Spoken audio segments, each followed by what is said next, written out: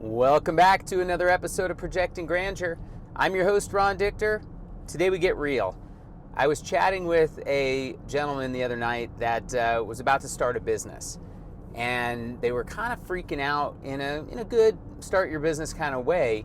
But I started to talk to them about why they're freaking out. And one of the things that they were most scared about was that they knew that they were going to have to figure out how to sell, and they don't think that they can be a salesperson. And I said, well, that's a really interesting and challenging dilemma that you're facing here, because if you're going to bootstrap the business and you're going to ultimately fund this thing, that means you're probably going to have to sell in order for the business to be successful.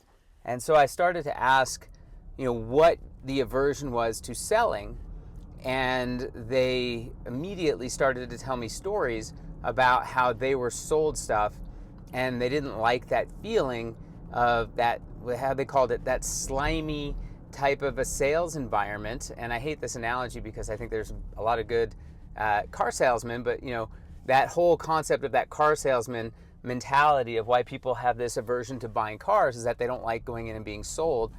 And so I started to talk to this, this future business owner, and I said, look, like, your product, your service, whatever it is that you're doing, do you feel like it's solving a real need or a real problem in the market? And then he went on for 10 minutes to tell me how great this solution that he was, bringing to the market. And I said, okay. I go, so you're passionate. You believe that that product is going to, help your audience. And he said, without a doubt. I said, okay, so if you know in confidence that your product is going to help, then why are you so afraid to tell people about it? He's like, well, I just don't want to be perceived as that used car salesman that is, trying to force my product down somebody's throat. I said, well, but you just told me your product is going to solve a real problem or a real need in the market. So wouldn't your audience be excited to receive that? And he's like, well, yeah, but how do I get to them, that feeling without coming across as this slimy salesperson? I said, okay. Now we're unpacking something, because here is the reality. Everybody out there likes to buy, but nobody likes to be sold. Let me repeat that. Everybody likes to buy, but nobody likes to be sold. So that means if you are talking to an audience with a product or a service that is going to help them, but the only apprehension that you have about getting that out there is that you don't want to be perceived as a salesperson. Right? Okay. So let's think about this then. If the goal here is to sell your product, but you don't want to come across as a salesperson, then you need to figure out what it is that your selling value is and how to convey it in a way so that people can buy rather than be sold. And when someone makes a decision to buy something, they feel really good about it. But then if somebody feels like they were sold something, even if the product or service is exactly what they wanted, they start to question it because they were sold that thing. And so you have to present your product and your service in a way where people are making an informed decision to buy and not feeling like they're being sold. So how do you do that without just presenting information and walking away? Because I am a big believer in less is more, and I very strongly adhere to that when I'm talking about the sales process as well.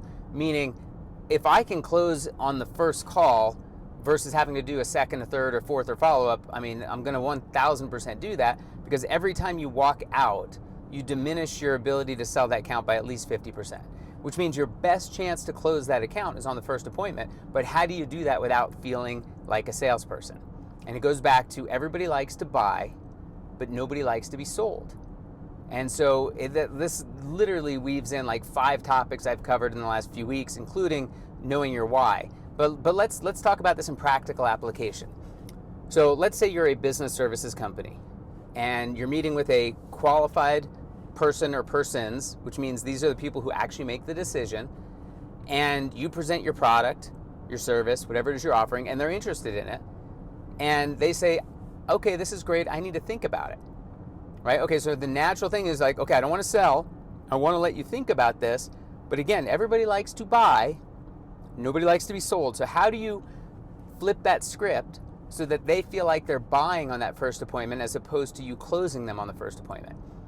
So again, unpacking the features, asking simple questions. And again, this isn't a sales training, but if you unpack the features and you say, okay, look, I understand that you want to think about it, but is there anything in the product, anything in the service that I'm offering to you today that after thinking about it might give you hesitation as to not wanting to move forward?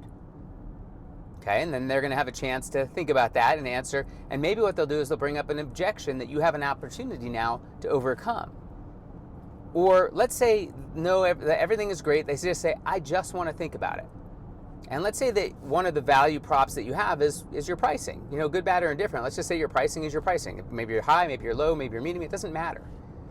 So now what you do is you flip it around so that they understand why you have to close this account on the first appointment, as opposed to letting them think about it, but it has to be them buying it.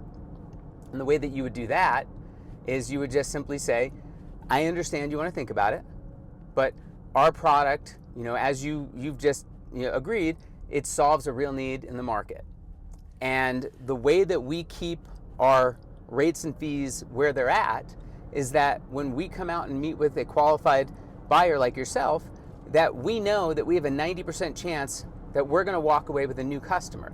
Because if I have to do this same presentation to you 2, 3, or 4 times to earn a customer, there's no way that we could offer the price that we do for this service or product. There's no way that we can offer the amazing support that we have, because we'd be spending so many more dollars trying to earn a customer.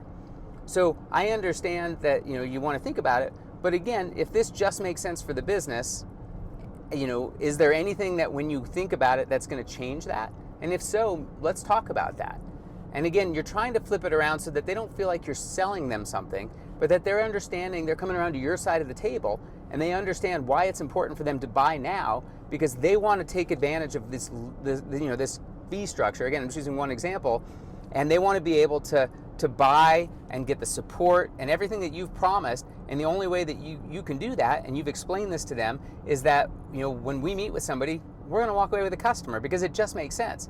The product, the service, you clearly shown that it's a benefit to your business. You want to take advantage of the fee structure that we have in place today, and you want to take advantage of the support that I had talked about. And the only way that works is that we earn new customers the first time we talk to them.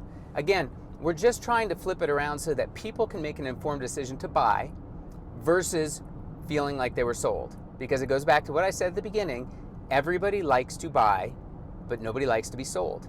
So let them buy, let them make decisions. And again, this is just one example, and you can kind of apply this to your own thinking, but it goes back to, really letting your customers make the decision, but controlling that tempo a little bit so that you obviously are accomplishing your agenda as well. And that's, again, being conscious. Because if all you try to do is come up with sales tactics, and you go back to that old adage of that slimy car salesman. Again, no offense to any car salesman, because I'm not insinuating that you're slimy. It's just a connotation. How it got there, I don't know.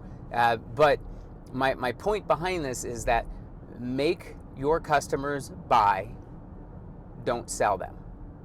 And the way you do that is you articulate the benefits of your product or service. You showcase, the pricing power that you're offering to them.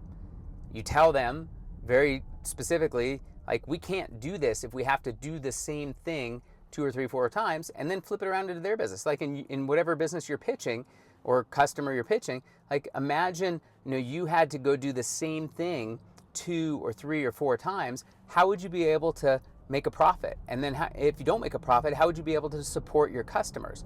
And when you can start to put things into perspective that they understand, especially if you're selling business to business, where it really resonates with them, then it becomes a lot easier to let them buy as opposed to letting them be sold. And I guess the takeaway for the day is really understanding what your value prop is, understanding why people would do business with you in the first place. And once you understand that and you can explain that, then it's a matter of presenting all the benefits to them, letting them try to make that informed decision. If they don't get to that conclusion of let's buy now, then obviously being able to articulate the why behind it. And most importantly, and I think it's comical, again, this isn't intended to be a sales training, but inevitably if you're starting a business, you're going to be doing sales.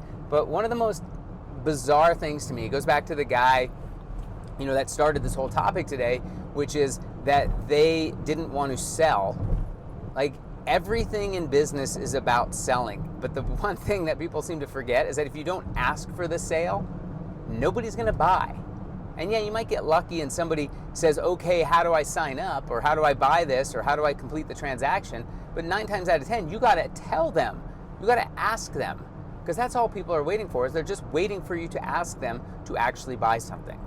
So, went down a bit of a rabbit hole today on sales, but I think it's super important for anybody starting a business that you understand you are in sales. Whether you want to be or not, you are in sales, but that does not mean you have to be considered a, quote, slimy salesperson. And I apologize to any car sales, men and women out there. I'm not insinuating that you're slimy, so I apologize if I offended you. The goal here today is to become better, become able and capable to teach your prospective buyer how to buy and not how to be sold.